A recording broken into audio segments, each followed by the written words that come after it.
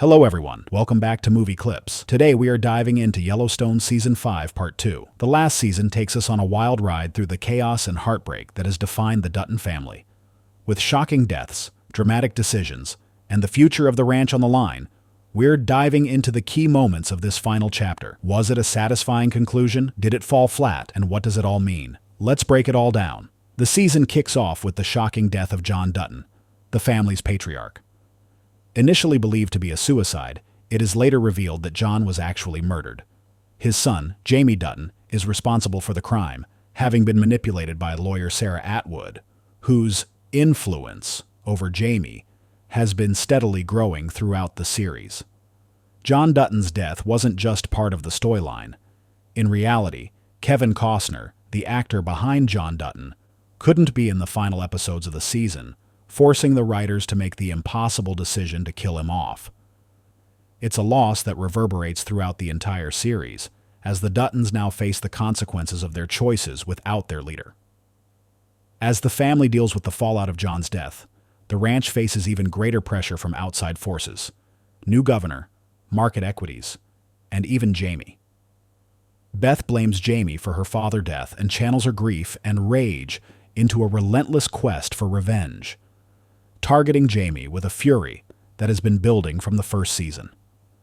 Meanwhile, Kayce, overwhelmed by grief and suspicion, reopens the investigation, which had been ruled as a suicide. His persistence reveals that John was murdered, with mercenaries hired to stage it as a suicide, all paid by Sarah Atwood. When John's death was declared to the public, Sarah was killed to hide the evidence and connections. Using his military connections, Kayce identifies Grant Horton as the hitman. In a tense confrontation, he approaches Horton at a soccer game, warning him to stay away from his family. Kayce threatens to expose him, revealing he knows everything about his life and family.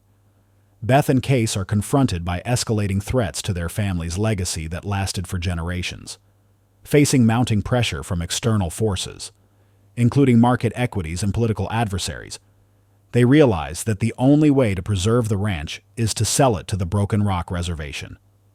This strategic move ensures the land's protection under the reservation's jurisdiction, safeguarding it from development and exploitation.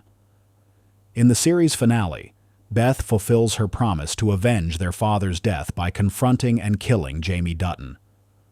This act of retribution brings a tragic end to their complex relationship and serves as a pivotal moment in the family's saga. Meanwhile, Kayce, having sold the ranch to the reservation, is finally free to live a life of peace with his family.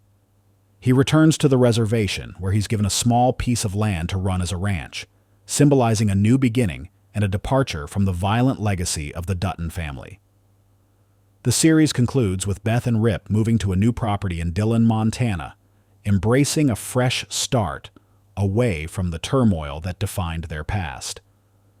The Dutton family's legacy is honored, and the sacred land is left in the hands of the reservation, ensuring its preservation for future generations. The final season of Yellowstone delivered a complex conclusion that both satisfies and subverts expectations. What really stands out is the bold decision to have the Duttons ultimately sell the ranch to the Broken Rock Reservation. This resolution feels both revolutionary and oddly fitting, a narrative choice that acknowledges the complex history of the land while offering a form of poetic justice.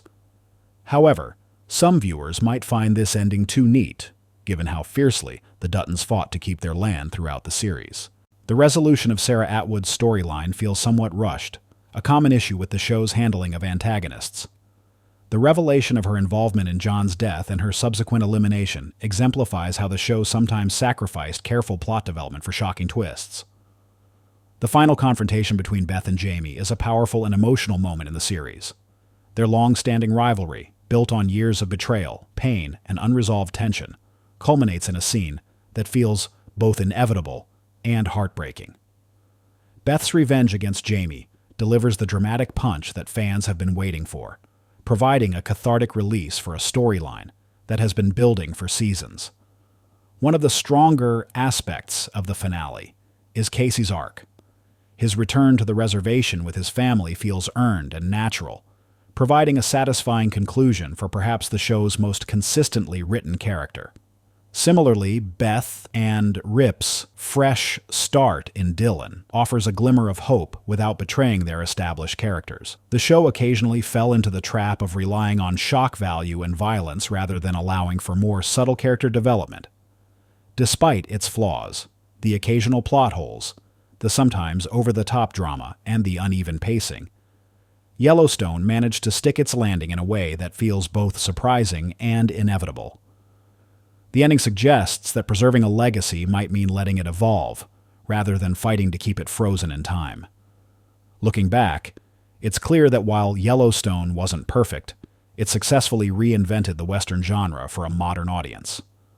The show tackled relevant issues like land rights, political corruption, and family dynamics while maintaining its entertainment value.